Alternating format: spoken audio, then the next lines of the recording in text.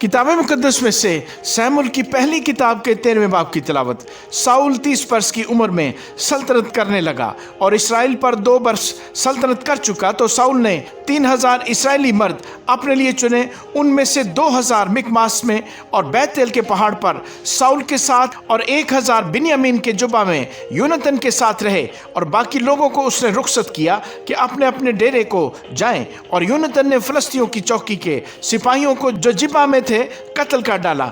और फलस्तियों ने यह सुना और साउल ने सारे मुल्क में नरसिंगा फुंकवाकर कहला भेजा कि अब्रानी लोग सुने। और सारे इसराइल ने यह कहते सुना कि साउल ने फलस्तियों की चौकी के सिपाही मार डाले और यह भी कि इसराइल से फलस्तियों को नफरत हो गई है। सो लोग साउल के पीछे चलकर जिलजाल में जमा हो गए और फलस्ती इसराइलियों से लड़ने को इकट्ठे हुए, यानी 30,000 रथ और 6,000 सवार और एक अम्बोहे कसीर जैसे समंदर के किनारे की रेत। सो वो चढ़ आए और मिकमास में बैत ऊन के मशरक की तरफ खैमाजन हुए। जब बनी इसराइल ने देखा कि वो आफत में मुब्तला हो गए क्योंकि लोग परेशान थे, तो वो गारों और झाड़ियों और चट्टानों और गढ़ियों और गढ़ों में जा छिपे। और बाज अब्रानी यरदन के पार जद और जलाद के इलाके को चले गए।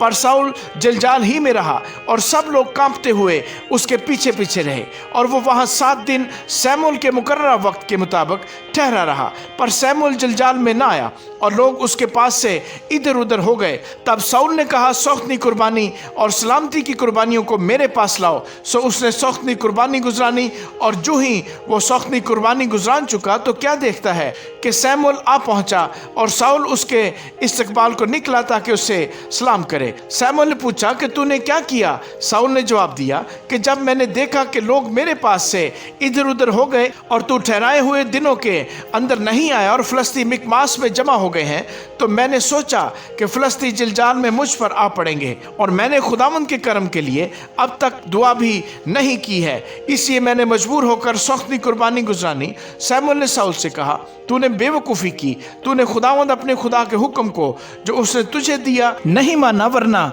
खुदावंद तेरी सल्तनत बनी इसराइल में हमेशा तक कायम रखता।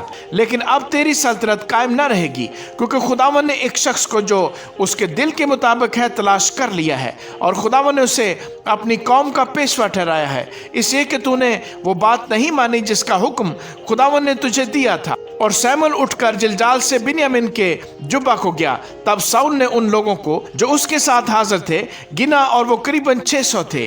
और साउल और उसका बेटा यूनतन और उनके साथ के लोग बिन्यामीन के जुब्बा में रहे, लेकिन फलस्ती मिकमास में खैमाजन थे।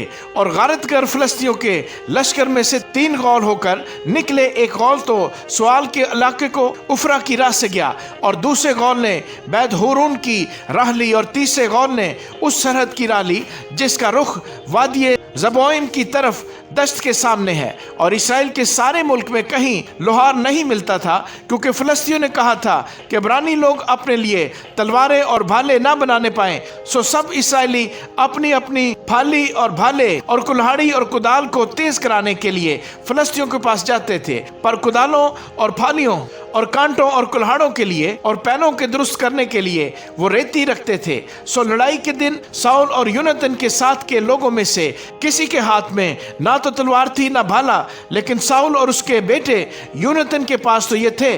और फलस्तियों की चौकी के सिपाही निकलकर मिकमास की घाटी को गए। आमीन।